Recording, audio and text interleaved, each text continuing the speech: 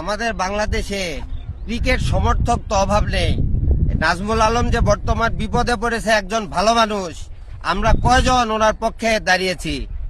একজন ভালো মানুষ বিপদে পড়লে আমরা কেউ তার পাশে দাঁড়াচ্ছি না। তাহলে ভালো মানুষ ভালো জায়গায় যে ভালো কাজ কিভাবে করবে?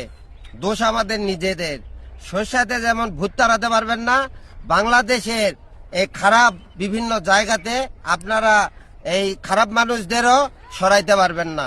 আর এইভাবে আমাদের বাংলাদেশের প্রতিটি সেক্টর আরো ক্ষতিগ্রস্ত হবে। আপনারা, আমি চ্যালেঞ্জ করছি, আপনারা লিখে রাখতে পারেন, বাংলাদেশের পরিবর্তন জীবনেও কখনো হবে না, কারণ আমরা কেউ ভালো না।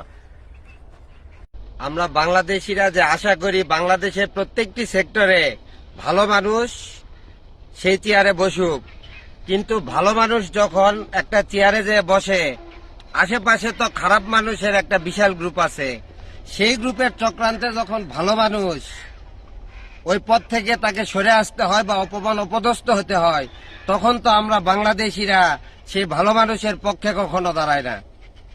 আমার ধারণা মতে 18 কোটি বাঙালির 14 কোটি নিঃস্বার্থভাবে বাংলাদেশের ক্রিকেটের সমর্থক। কেননা দীর্ঘদিন ধরে বাংলাদেশ ক্রিকেট কি এমন পারফরমেন্স করতেছে, তবুও আমরা নিঃস্বার্থভাবে তাদের সাহায্য করে যাচ্ছি। অথচ এখন কি আমরা দেখতে পাচ্ছি? এই ক্রিকেটাররা আমাদের বাঙালিদের এই নিঃস্বার্থ ভালোবাসাকে তুচ্ছ তাচ্ছিল্য করতেছে।